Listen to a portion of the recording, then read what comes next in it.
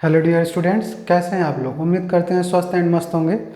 जैसा कि पिछले लेक्चर में मैंने बताया था आपको, पूरा मैंने लंग्स की कैपेसिटी बता दिए थे और रेस्पिरेटरी कैपेसिटी मैंने आपको बता दिया था, जिसमें पूरा डिटेल्स मैंने एयर कैपेसिटी वॉल्यूम्स का मैंने बता दिया था। आज मैं स्टार्टअप करने जा रहा हूँ, तो वो बता दिया था मैं आपको, और आज स्टार्ट करेंगे। थोड़ा सा मैं उसमें कुछ पॉइंट्स बचे हुए थे जो कि वीडियो लॉन्ग्स होने की वजह से मैं आपको नहीं बता पाया था, तो इसमें मैं आपको बता रहा हूँ। तो उसमें 2 पॉइंट्स थे। तो रिस्पिरेटरी को मेज़र करने के लिए, जैसा कि यहाँ पे आपको देख रहे हैं रिस्पिरेटरी साइकिल, तो रिस्पिरेटरी साइकिल मतलब एक्सपायरेशन और इंस्पायरेशन दोनों जो मिलते हैं। तो एक्सपायरेशन में क्या होता है, एयर बाहर निकलती है। इंस्पायरेशन में क्या होता है, एयर अंदर जाती है। तो इंस्पायरेशन और एक्सपायरेशन को जब मिला देते हैं तो दैट्स कंप्लीट साइकिल को हम लोग बोलते हैं क्या, रिस्पिरेटरी साइकिल। क्या बोलते हैं, रिस्पिरेटरी साइकिल बोलते हैं। इसमें इंस्पायरेशन और एक्सपायरेशन दोनों होता है, दोनों को मिला के हम लोग बोलते हैं रिस्पिरेटरी साइकिल। अब हम लोग बात करेंगे ब्रीदिंग रेट या रिस्पिरेटरी रेट, यानी कि हम लोग 1 मिनट में कितना सांस लेते हैं, कितनी बार, कितने टाइम्स लेते हैं, उसको बोलते हैं ब्रीदिंग रेट या रिस्पिरेटरी रेट। तो जो रिस्पिरेटरी रेट होता है वो कितना होता है, 12 to 16 टाइम्स, यानी 12 से 16 बार 1 मिनट में हम लोग, यानी एक रिदम करने में, यानी 1 मिनट में 12 से 16 बार ऐसे हम लोग अप डाउन करेंगे। तो इसको बोलते हैं रिस्पिरेटरी रेट, जबकि रिस्पिरेटरी साइकिल में इंस्पायरेशन और एक्सपायरेशन दोनों मिला के एक साइकिल कंप्लीट हो रहा है, तो इसको हम बोलते हैं ब्रीदिंग रेट। सांस लेना और सांस को छोड़ना, तो ये एक साइकिल कंप्लीट होता है। कहने का मतलब ये रिस्पिरेटरी साइकिल को इंडिकेट करता है।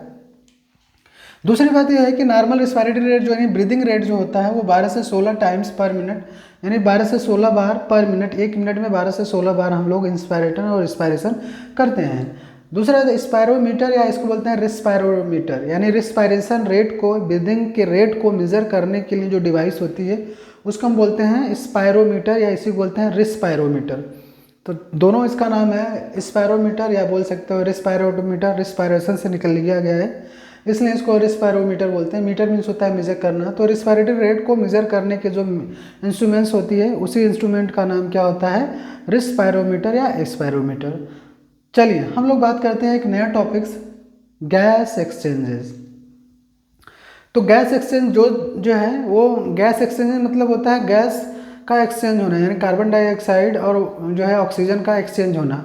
ठीक है, वो मैंने ऑलरेडी पहले ही डिस्कस में, मैं आपको 5 पॉइंट्स में मैंने थोड़ा सा समरी बताया था कि जो गैस का एक्सचेंज होता है वो 2 जगह होता है, एक लंग्स में होता है, दूसरा टिश्यू में होता है, लेकिन दोनों होता है ब्लड में ही होता है। चलिए मैं उसकी जिक्र करता हूँ। तो ये लंग्स जो है गैस का एक्सचेंज होता है वो 2 होता है। पहला किसके किसके बीच, पहला होता है लंग्स एंड ब्लड के बीच में। तो हम लोग बोल सकते हैं क्या, pulmonary lungs gases exchange between the pulmonary alveoli and blood, पहला है। दूसरा जो है वो gases exchange between blood vessels and tissue. तो 2 हम लोग ऑप्शन लेके चल रहे हैं। तो जनरली हम लोग बात करेंगे यहाँ पे कि पहला गैसेस एक्सचेंज जो होता है वो किस में होता है, पहले लंग्स में होता है, दूसरा जो होता है टिश्यू में होता है। तो हम किसके रेफरेंस में लेके चलेंगे, तो पहला हम लोग दोनों पढ़ने जा रहे हैं, दोनों के बारे में हम बताएंगे आपको 1 बाय 1 करके। चलिए जानते हैं इन दोनों के बारे में।